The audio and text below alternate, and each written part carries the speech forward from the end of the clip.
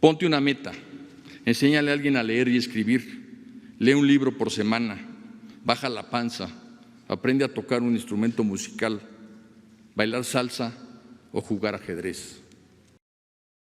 Bueno, hablemos ahora de la educación, que es un derecho de todos los mexicanos y que con esta contingencia ha visto modificada la forma de enseñar, de aprender, y lo que implica también varios retos en el sistema educativo de nuestro país. Para hablar de este y otros temas, me da muchísimo gusto saludar al doctor Ángel Díaz Barriga, quien es doctor en Pedagogía por la Facultad de Filosofía y Letras y quien ha sido profesor de esta universidad por muchos años. Doctor, buenas tardes, un gusto que esté con nosotros en este espacio de la UNAM Responde. Rosa, muy buenas tardes al auditorio. Doctor, pues comencemos.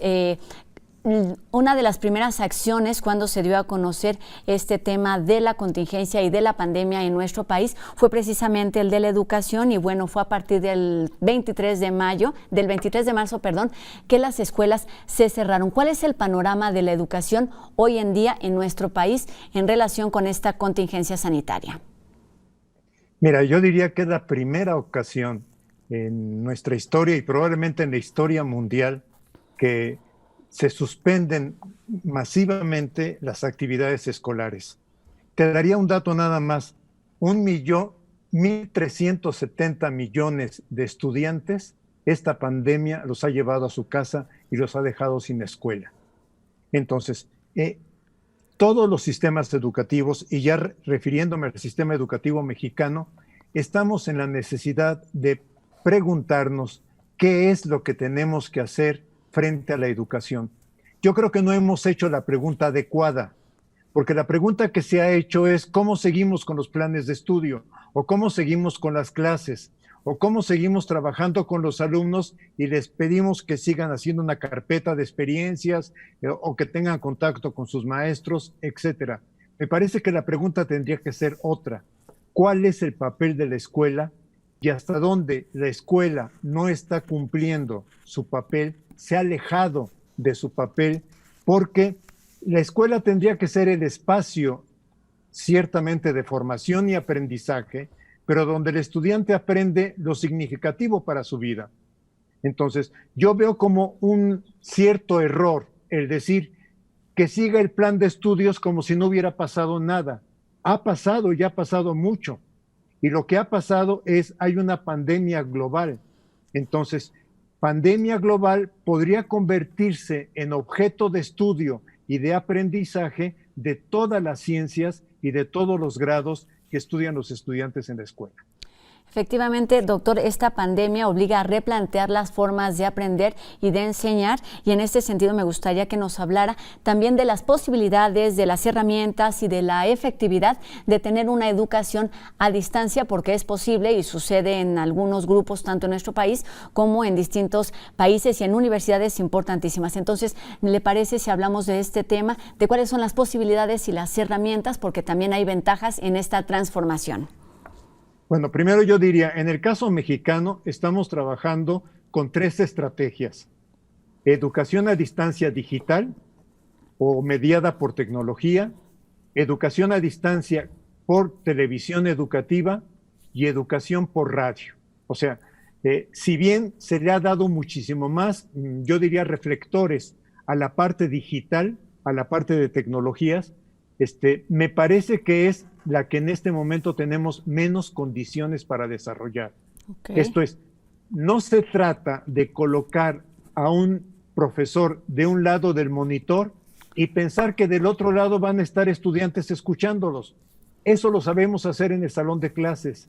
Eso no sirve cuando utilizamos el medio tecnológico digital. La pregunta es, ¿México está capacitado? Yo diría, no necesariamente la respuesta sería sí, porque saber moverse en una computadora, saber usar determinados programas en una computadora, no habilita a una persona para hacer trabajo de educación digital. Yo pondría un ejemplo. Las universidades mexicanas, que es donde se ha desarrollado un poco más el tema de la educación a distancia digital, en realidad nunca hacen un curso con una persona.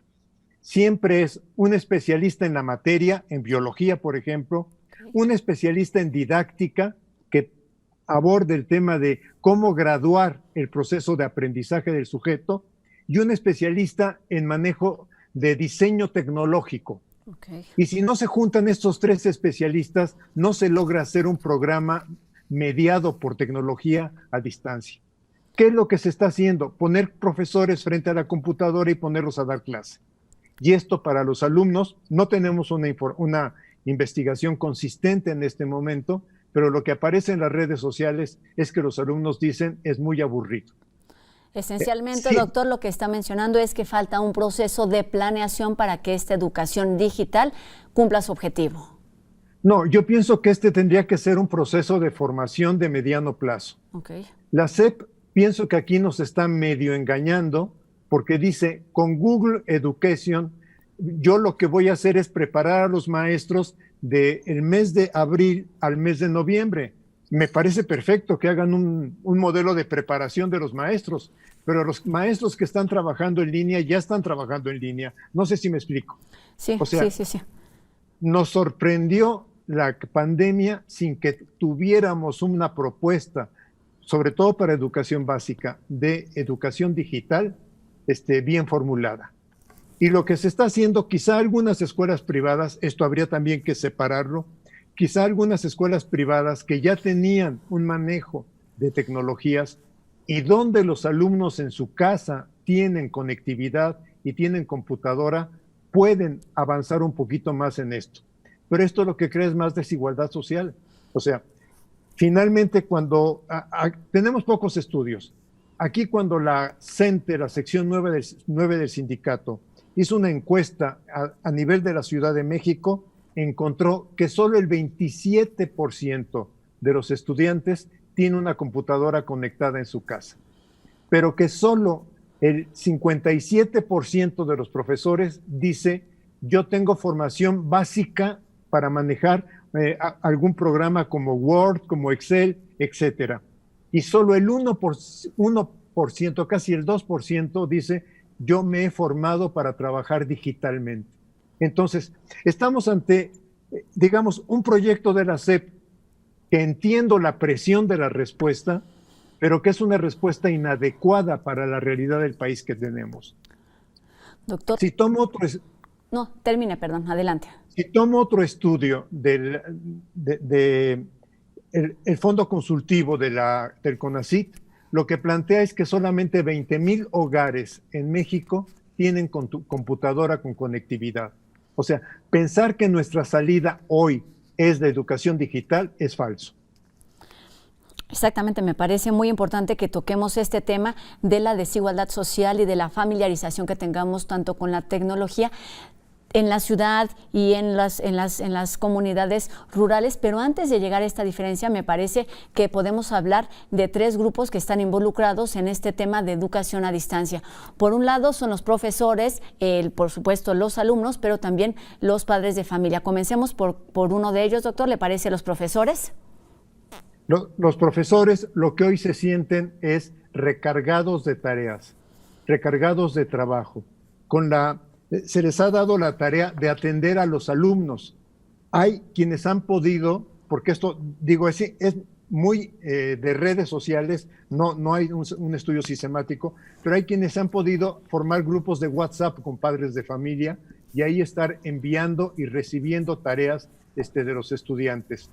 Hay quien puede comunicarse por alguna vía con los estudiantes y hay quien utilizó la semana del 13 al 19 de marzo para dejar tareas a los alumnos y los alumnos están trabajando en torno a ellas.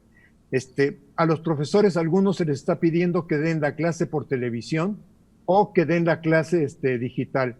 Se sienten de todas maneras abrumados porque ellos mismos se dan cuenta que no es el medio de trabajo, que no es el medio acostumbrado al trabajo, para el trabajo que realizan, y que estos medios digitales podrían apoyarse en otro tipo de documentos, de versiones, de programas, videos, etcétera, ¿no? Esto por el lado de los profesores, evidentemente se están adaptando a una nueva forma de enseñar que impacta directamente en los alumnos. Doctor, háblenos de este bloque. Los alumnos en general, lo que yo he encontrado en las redes sociales es están recargados de tarea. Pareciera que un programa en línea es presentar una clase, dejar una lectura y hacer 20 preguntas. Y entonces los alumnos están con cada clase acumulando preguntas que incluso los que están en televisión dicen, no alcanzo a anotar todas las preguntas que están dictando en el televisor. Esto lleva un poco a comentarios de padres de familia, porque los padres de familia dicen, es que ahora veo a mi hijo tener que estar resolviendo preguntas por más horas que realmente las que tenía cuando estaba en la escuela. ¿Esto significa que hay más aprendizaje? Honestamente, yo lo dudo. Yo lo dudo porque en este contexto, en realidad, la preocupación de la autoridad educativa ha sido cumplir con el plan de estudios. Y pienso que lo que tendría que haber hecho la autoridad educativa sería impulsar un trabajo de proyectos bajo la pregunta, ¿cómo surgió el COVID? ¿Qué significa el COVID? ¿Qué problemas ha creado a nivel económico, a nivel de relaciones sociales, a nivel de relaciones familiares, a nivel de ciencia? Entonces, decimos que en la escuela los alumnos aprenden ciencia, geografía, historia, español y que aprenden matemáticas. Podríamos mostrar que si la SEP hubiera armado un gran proyecto que se podría llamar pandemia COVID, las casas podrían trabajar, los hogares podrían trabajar, el niño que está en tercero de primaria con el niño que está en primero, segundo de secundaria, con diferentes niveles, pero en un mismo proyecto. No sé si me explico. Sí, o sea, claro que sí, doctor, las preguntas de ciencias que se tendría que hacer el niño de tercero de primaria son más simples que las preguntas de ciencias que se tendría que hacer el niño que está en segundo de secundaria. Pero los dos hermanos estarían trabajando en conjunto y el proyecto sería un proyecto de hogar en donde podrían consultar lo que puedan en redes, lo que puedan con sus adultos, lo que puedan que capten en radio o en televisión. Y cuando digo en ciencias, bueno, para geografía sería una cosa excelente, o sea, cómo ha impactado los diferentes países, cuál es la población, cómo afecta la economía de esta población. Para historia también da para muchísimos temas. ¿Cuántas pandemias ha habido en el mundo? ¿Por qué esta pandemia es distinta a otras pandemias? Para matemáticas, para aritmética, un niño de tercero de primaria puede hacer operaciones básicas bajando números de cuántos enfermos, etcétera.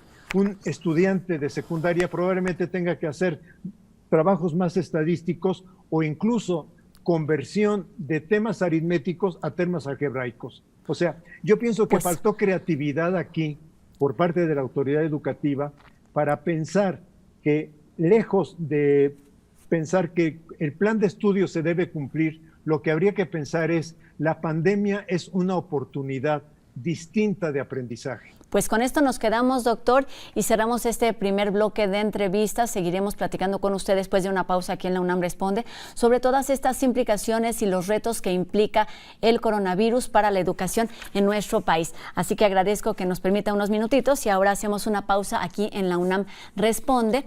Y seguimos aquí con la voz de especialistas universitarios. Retomamos la conversación con el doctor Ángel Díaz Barriga, investigador emérito del ISUE, Instituto de Investigaciones sobre la Universidad y la Educación. Doctor, pues hablábamos antes de la pausa de las dificultades que están teniendo los distintos actores en el tema de la educación, que se están enfrentando a una nueva forma de enseñar y de aprender con esta pandemia. Me gustaría que retomáramos este tema hablando justamente del tema central de la educación, que es el aprendizaje. ¿Cómo lograrlo? ¿De qué herramientas se pueden echar mano ahora estando en esta contingencia para que se puedan seguir implementando aún después de regresar a la vida cotidiana en las escuelas, doctor? Mire, yo veo dos conflictos en este momento. Hay un conflicto que impulsa mucho a la autoridad educativa en términos de que el curso escolar se debe cumplir. Y entonces se dice, llevábamos el 73% del curso antes de que la suspensión, estamos siguiendo actividades que nos van a permitir, con la extensión del calendario a julio, cumplir con el plan de estudios. Yo creo que aquí está preocupado, hay una mayor preocupación por un plan de estudios que por un aprendizaje. A ver, ¿qué quiero decir? Los estudiantes están también viviendo una situación inédita. Los estudiantes están reencontrándose con muchas situaciones en su entorno familiar. Un presupuesto de la educación, un presupuesto de la escuela, es que la escuela acerca al alumno a los problemas que tiene en su entorno. Sin embargo, ahorita vemos como si la escuela le estuviera dando la espalda a los problemas del entorno. Hay prioridad sobre el currículo, sobre los planes de estudio formal, sobre los libros de texto y no sobre lo que está pasando y lo que está viviendo el estudiante. Yo creo que es un momento excepcional, yo diría, para que como sociedad mexicana, como educadores, como especialistas en temas educativos, nos volvamos a preguntar qué queremos de la escuela, para qué existe la escuela, qué buscamos con la escuela. Y si la escuela la buscamos para que el estudiante aprenda un plan de estudios, creo que estamos haciendo bien la tarea. Pero si lo que la escuela buscamos es que el alumno desarrolle aprendizajes y desarrolle una formación que le permita irse construyendo como sujeto social, como ser humano, como un sujeto con capacidad de relacionarse con los demás, estamos muy mal. Pienso que hemos hecho, que no hemos resuelto el conflicto entre una escuela para calificar o una escuela para aprender. Yo diría, no importaría ahorita mucho en este contexto que no fue pensado, que no fue provocado intencionalmente por el sistema educativo, pero que es un contexto ideal para decir, ¿saben qué? Vamos a dejar de lado las calificaciones y nos vamos a preocupar por los aprendizajes cotidianos que tiene el niño. Es un momento para pensar qué es más importante, el plan de estudios formal y el libro de texto o la realidad cotidiana que está viviendo el estudiante. Todos sabemos que el punto de aprendizaje de un alumno es esto que tiene en su entorno. Entonces, si a mí me dice qué retos de aprendizaje hay, el reto es cómo le regresamos el significado a la propia escuela, cómo reconstruimos nuestro concepto de escuela y cómo le regresamos al alumno la posibilidad de encontrarse para aprender. Pienso que el ejercicio que ayer se hizo en el sector salud con el subsecretario López-Gatell, de preguntarle a niños, quienes pudimos seguir algunas de las preguntas que hicieron los niños, vemos que los niños tienen una capacidad enorme de expresar creatividad a través de las preguntas, no de responder lo que los maestros queremos que respondan, o no de responder lo que el plan de estudios pensó que pueden responder. Yo pienso que es momento de voltear la cara hacia el alumno, hacia las distintas etapas del alumno y preguntarle, en este contexto, ¿qué es lo que tú puedes aprender? Y vamos a encontrar que hay respuestas que nos sorprenden, porque están inundados de una información que es cierta, están inundados de una información en torno a que esta pandemia es única, no se había presentado en la humanidad y tiene un conjunto de efectos que pueden ser aprovechados. También es momento,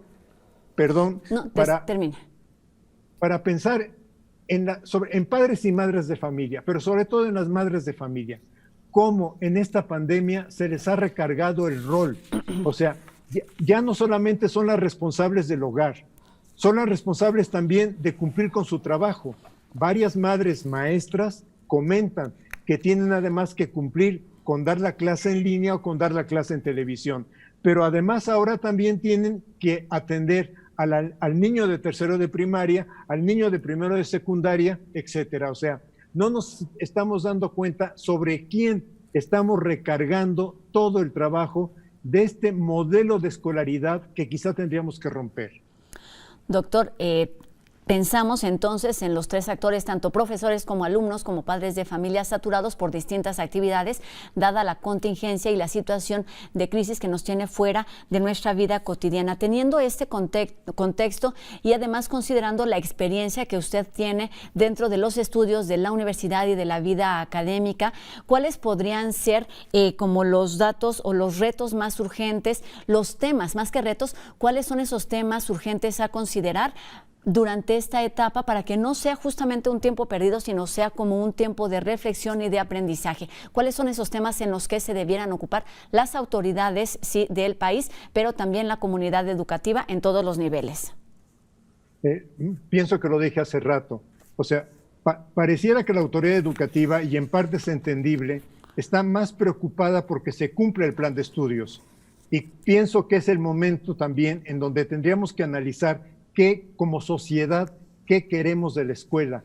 ¿Para qué se creó la escuela después de la Revolución Francesa? ¿Para qué crearon la escuela los sistemas educativos?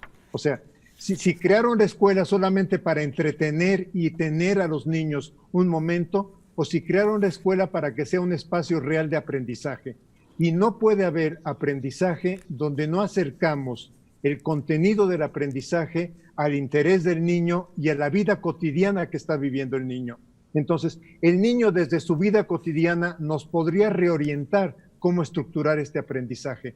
Esto significa que quizá todos los especialistas, incluyéndome, de que podemos decir, a ver, hagamos el plan de estudios en matemáticas así, o en español así, o en química así, voltemos el asunto y empecemos a ver ¿para qué sirven las matemáticas a un niño de tercero de primaria? ¿Qué necesita aplicar de la química un estudiante que está en tercero de secundaria?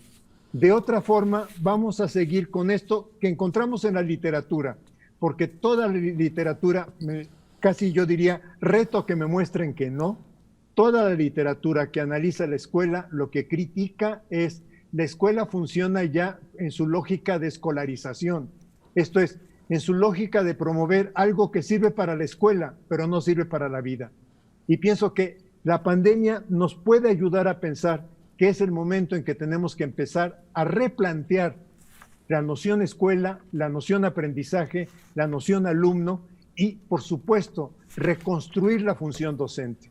Porque reconstruir la función docente, sí, tiene que estar fundada en un saber, pero también tiene que estar fundada en un saber escuchar y saber acompañar.